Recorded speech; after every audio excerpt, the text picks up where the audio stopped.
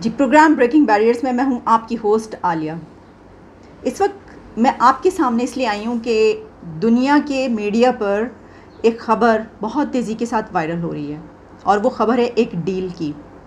और उस डील को कहा जा रहा है कि ये हिस्ट्री की लार्जेस्ट डील है। उस डील के बारे में बात किए लेते हैं।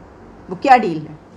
इतनी हिस्ट्री की लार्जेस्ट मैमथ डील जिसको कहा जा रहा है वो क्या है कि वो डील करने वाला बहुत खुश नज़र आ रहा है कि इतना बड़ा परचेज़ उसके हिस्से में आया।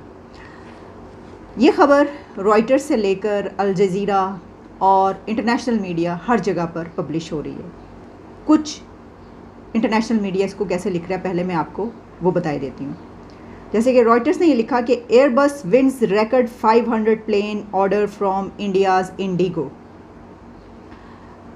दी वॉल स्ट्रीट जर्नल इसको इस तरीके से लिखता है, Airbus sell 500 jets to India's IndiGo in record aircraft deal. एक और जगह पर इस तरीके से पब्लिश हुआ है कि largest ever deal Indigo orders 500 Airbus A320 family aircraft worth $50 billion. एक और इंटरनेशनल मीडिया इसको इस तरीके से पब्लिश करता है कि IndiGo buys 500 planes from Airbus, the largest historic order in aviation history. IndiGo जो कि इंडिया की एक लार्जेस्ट एयरलाइन है, उसने परचेज़ किए हैं 500 एयर जेट्स एयरबस से, जिसके ऊपर एयरबस कंपनी इसको ऐसे ले रही है कि उन्होंने एक विन किया है। कई जगहों पर मैंने देखा कि जो लिखा गया था उसमें ये बताया जा रहा था कि ये एक तरीके से वो विनिंग पोजीशन पे हैं कि उन्होंने इतना बड़ा ऑर्डर ले लिया इंडिया से। जब हम इसकी हिस्ट्री और इसके फ्यूचर और प्रेजेंट सिचुएशन पर नज़र डालते हैं कि ये जो एयर ट्रैवल है दुनिया का, उसमें कौन सी कंट्री किस जगह पर है, और इंडिया का जो एयर ट्रैवल का पैसेंजर है वो इतना ज़्यादा है कि 500 प्लेन्स जो हैं 480 और टू 500 प्लेन्स इकट्ठे लिए जा रहे हैं। इतनी बड़ी डील की जा रही है जो कि दुनिया की बिगेस्ट डील कहा जा रहा है, लार्जेस्ट डील। तो उसमें मैं आपको कुछ डिटेल्स भी बताऊंगी। इसके बारे में बात की जा रही है कि इंडिगो के जो चीफ हैं पीटर एल्बर्स, उन्होंने कहा है the deal with a list price of $55 billion is the highest ever civil aviation order. IndiGo India's largest airline है जो मैंने आपको बताया, और वो 500 A320 एयरबस ख़रीदेगी। ये ऑर्डर हो गया है और ये कमर्शियल एविएशन की तारीख का सबसे बड़ा ऑर्डर है। अच्छा, अब ये जो नया ऑर्डर है इसके बारे में ये भी कहा जा रहा है कि ये जो है ये this new order will bring the strategic relationship between Indigo and Airbus. यानी सिर्फ ये नहीं है कि ख़रीदारी हो गई और पैसे का लेन देन हो गया, बल्कि एयरबस और इंडिगो के बीच एक स्ट्रेटेजिक रिलेशनशिप भी इन डेप्थ देखने को नज़र आई, और टू एन अनप्रेसिडेंटेड डेप्थ। अच्छा, अब सिंस इट्स इंसेप्शन इन 2006 यानी कि 2006 से इसकी दागबेल पड़ी, और इससे पहले भी इंडिगो की तरफ से ऑर्डर किया गया। और जैसा कि मैंने आपको बताया कि पहले 480 एयरक्राफ्ट का ऑर्डर कर चुकी है इंडिगो, जो कि इस डेकेड के आखिर तक कंप्लीट होगी ये डील, और फिर नए 500 जहाज़ों के शामिल होने से 2030 टू 2035 तक टोटल 1000 एयरक्राफ्ट से ऊपर निकल जाएगी बात, उनकी तादाद जो है। अब इसके बारे में ये भी कहा जा रहा है कि जो न्यू दिल्ली है वो इस वक्त 3rd लार्जेस्ट एविएशन मार्केट बन चुका है। अब हमारे हमसाया मुल्क इंडिया का शहर दिल्ली दुनिया की 3rd लार्जेस्ट एविएशन मार्केट बन चुका है, क्योंकि वहाँ पर इतनी बड़ी तादाद में लोग ट्रैवल करते हैं, और विद 378 मिलियन पैसेंजर्स। लेकिन क्या इंडिया अगर 3rd लार्जेस्ट है तो इससे ऊपर कौन है और इसके बाद में कौन आता है? अगर हम दुनिया के बड़े 5 कंट्रीज़ उठाकर देख लें कि जो इस एयर ट्रैवल में सबसे ऊपर हैं, और top of the list 5 countries कौन से हैं जहाँ पर सबसे ज़्यादा ट्रैवल किया जाता है, सबसे ज़्यादा टूरिज़म भी क्या वहाँ पर है, तो देखिए सबसे ऊपर नाम आता है इसमें अमेरिका का। अच्छा, ये जो मुझे पहले 3 कंट्रीज़ नज़र आ रहे हैं ये वही 3 कंट्रीज़ हैं जो हर जगह पर हम किसी डील की बात कर रहे हों, हम दुनिया में इस वक्त क्या चल रहा है उसकी बात कर रहे हों, और हम top of the list countries की बात कर रहे हों, इकोनॉमी की बात कर रही हूँ, तो 3 कंट्रीज सबसे ऊपर नज़र आते हैं। और ये जो है ये भी नंबरिंग बिल्कुल उसी तरीके से है। पहले नंबर पर है यूएस, और यूएस की जो पैसेंजर्स हैं वो 1.19 बिलियन रिपोर्ट किए जा रहे हैं। दूसरे नंबर पर है चाइना एज़ यूजुअल, और चाइना के हैं 1.16 बिलियन पैसेंजर्स कहे जा रहे हैं। और थर्ड नंबर पे एज़ यूजुअल है इंडिया, और इंडिया के हैं 378 मिलियन पैसेंजर्स। अच्छा, इंडिया के बाद जो कंट्री है उस पर मुझे हैरानी हुई, इसलिए नहीं कि वो कोई और वजह है कि वो कंट्री ऐसा नहीं है, बल्कि शायद मेरी कम इल्मी या लाइल्मी थी कि मुझे ये मालूम नहीं था कि इंडोनेशिया जो है वो 4th नंबर पे आ रहा है एयर ट्रैवल्स के हिसाब से, और वहाँ पर भी इतनी बड़ी तादाद में ट्रैवल किया जाता है कि उनको भी हाईएस्ट रेट किया गया इसके अंदर।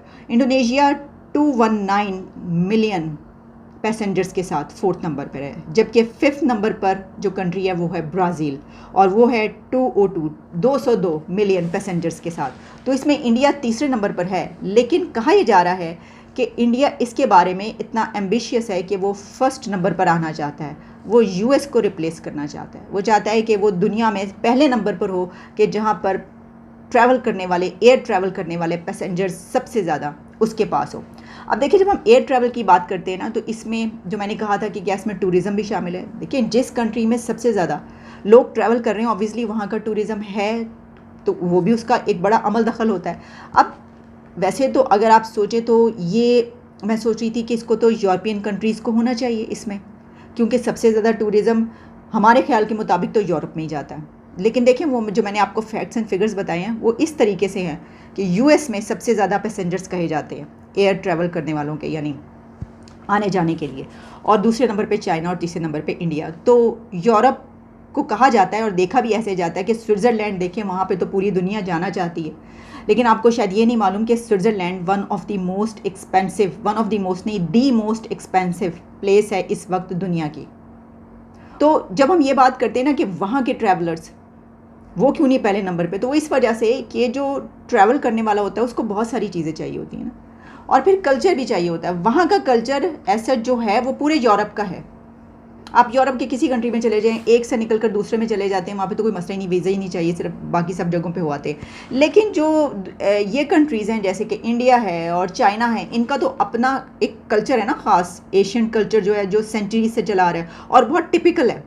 और वैसे तो खैर इंडिया का हमारा कल्चर भी वही है, हम कह रहे हैं जब इंडिया तो है, तो असल में यही सारा खित्ता ना।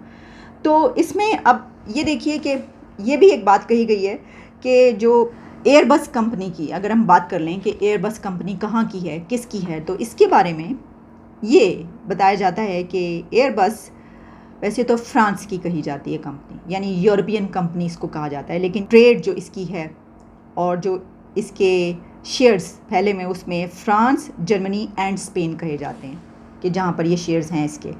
और एक बहुत बड़ी कंपनी कही जाती है। वो तो दायरे कि जिससे आप ख़रीद रहे हैं उसके पास इतनी है कैपेबिलिटी कि वो इतने एयरक्राफ्ट्स किसी कंपनी को दे सके, और इससे पहले भी उसने काफ़ी बड़े बड़े सौदे किए हैं, लेकिन इससे बड़ा सौदा आज तक नहीं किया।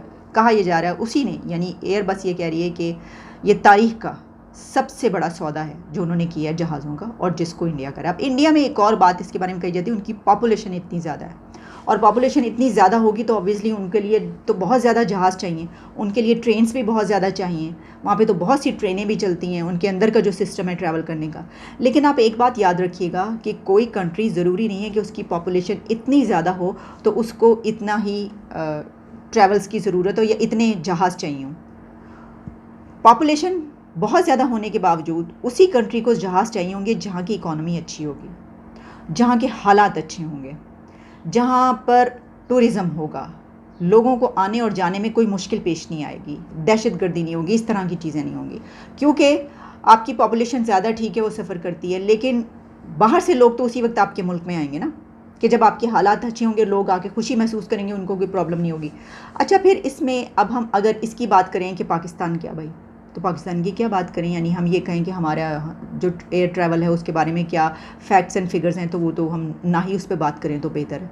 ठीक है, वो तो आप देख ही चुके हैं कि पता ही हमें इस वक्त क्या चल रहा है। PIA के जो हालात हैं एक अरसे से, वो भी हम आपको बताते रहते हैं। एक एयर ब्लू आई थी, एक शाहीन, और फिर उसके बाद एक और, उसका नाम जो है वो मुझे भूल रहा है। वो 2-3 इस तरह की हैं एयरलाइंस, और बाकी जो हम कैरियर्स हैं, यानी बाहर की कंपनियां भी यहाँ पर काम करने के लिए, लेकिन अब तो काफ़ी कंपनी जो आ रही थी या आई थी वो भी चली गई।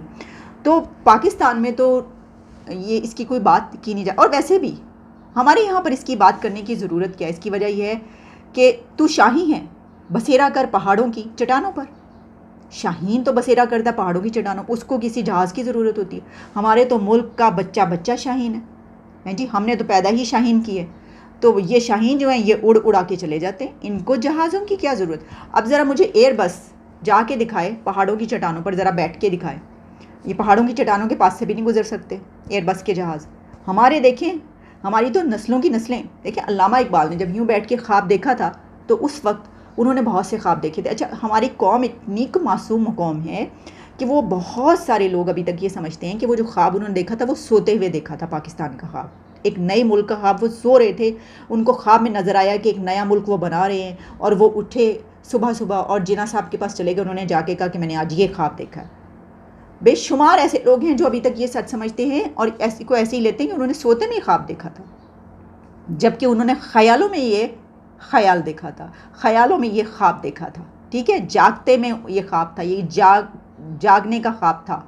जागती आंखों से उन्हें ये ख्वाब देखा था, जो कि पाया तकमील तक पहुंचाया गया।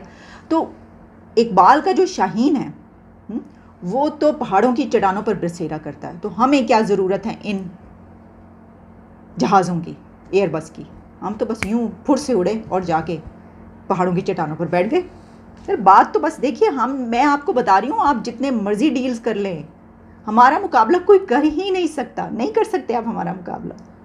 तो फिर ऐसे ही हम बात करें, मुकाबले की क्या बात करें? हम हैं आपके पास ऐसे शाहीन? नामुमकिन किसी के पास हो जो फुर से उड़ के जाके पहाड़ों की चट्टानों पर बैठ जाएं। वो बेचारा जहाज़ तो करीब से भी गुजर जाए तो वो कि भाई तबाह होते होते बच गया। हमारे देखें तबाह भी नहीं होते भाई, ख्यालों में, ख्वाबों में तो वो उससे भी, यानी वो सितारों पे जो डालते हैं कमंद, सर हम तो सितारों तक पहुंचते हैं, कमंदे वहाँ पे डालते हैं, आप ये जहाज़ों की बात करें। चलें जी, इजाज़त दें। बहुत बहुत शुक्रिया कि आपने मेरा प्रोग्राम मुलाहिज़ा किया और देखा। आइंदा भी होपफुली आपसे दोबारा मुलाकात होगी पहाड़ों की चट्टानों पर। Thank you so much for watching my show. Please keep watching.